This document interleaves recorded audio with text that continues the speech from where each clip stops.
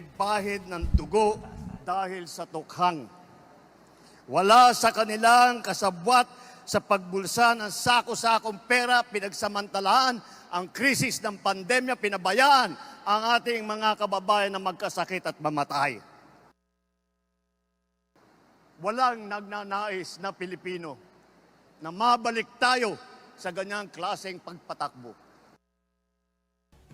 Wala po sa kanila ang tilang sakristan ng isang bulaang propeta na nasasakdal dahil sa pagyurak sa ating kabataan at sa ating kababaihan.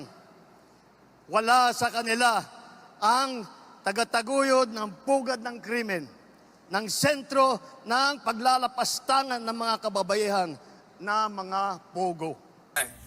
Sabi sa paligsahan ng putik.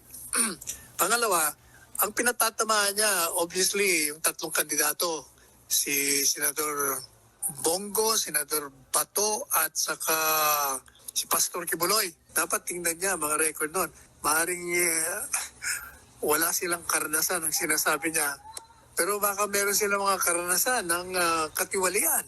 May karanasan ng kawalan ng kaalaman sa pagpapatakbo ng pamahalaan nung sila yung mga nakaupo pa.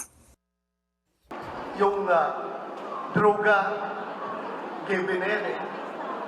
Basta bigyan natin ng tsansa, sigurado yan. At kung atin ang Malacanang, kayang-kaya natin yan. Ang kasuporta ko doon sa aking laban ay si Senator Bongo at si Senator Robin Padilla.